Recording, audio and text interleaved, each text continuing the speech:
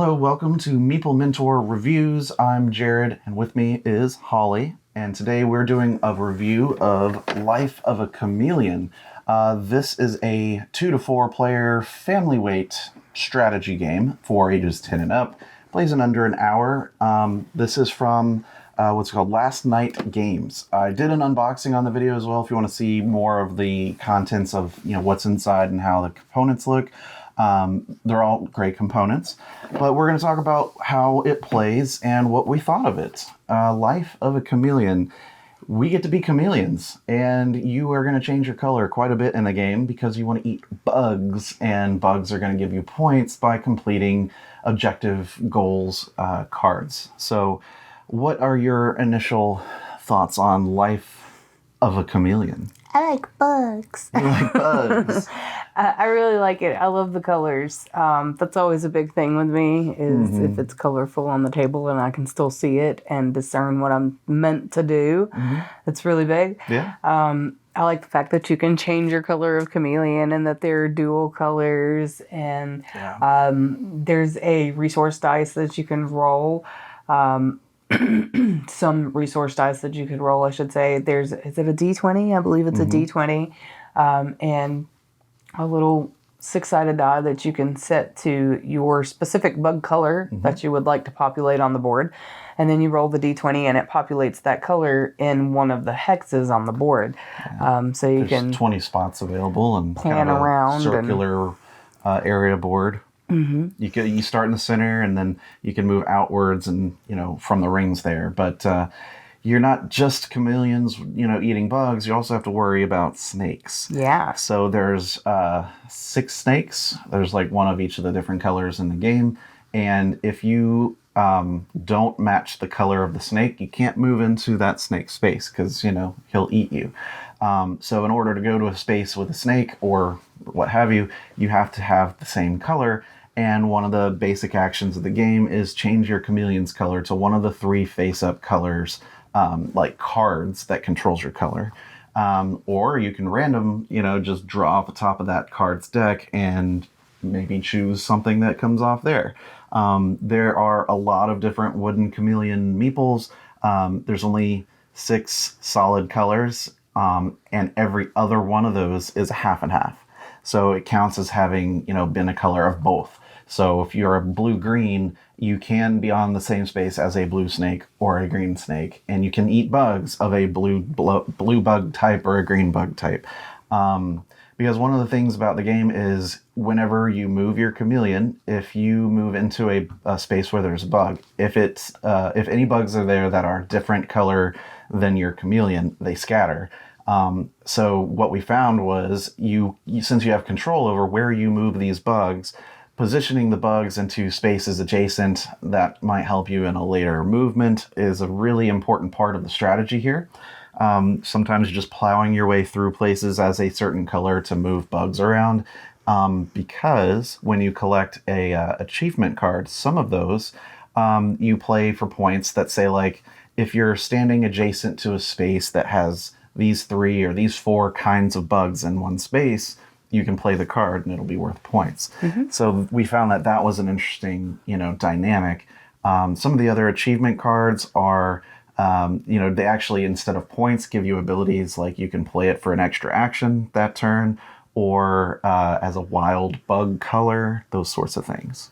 I like those. I like that you can try to corral the bugs to get like a certain amount of the different colors in one little space. I really like the objective cards too. You have objective cards that you have to fill that are worth points that you can only fill left to right or right to left, starting with a color from the board. And I noticed that on a lot of them, I just think this is a quirky little thing that I enjoy. On a lot of them, it goes in order, the Roy G. Biv order. Interesting. I didn't pick up on that part. Yeah. But that's cool. But yeah, some cards will only maybe request like 3 bugs to fill the goal, and others might have 5. And another thing I noticed, the amount of bugs that it requires is the point value. Oh. Yeah. All right. So the more bugs, the more points. Right. And so the thing about collecting bugs is while you're on a space with a bug that matches your color, you get to eat it. And that's just a free action. It's not even you get 3 actions, but eating a bug is just free. It just happens. So the idea is change your color, then move to a space where there's bugs of that same color, eat them all, and then change your color again, move to a space that has that color bug and eat them, that kind of thing. So you're constantly changing your color. So your card in front of you is really important to show you which chameleon you are on the board. Yeah, I'm pretty sure it has most combinations of the colors, so you can sort of try for colors, but it's really a chance occurrence as to what comes out on the table or what you'll draw from the top of the deck. But it's a cute little game. It's I think it'd be good for kids. I think like maybe 8 or 9 would grasp it, you know. That says ages 10 and up. Does it? Yeah. Eh.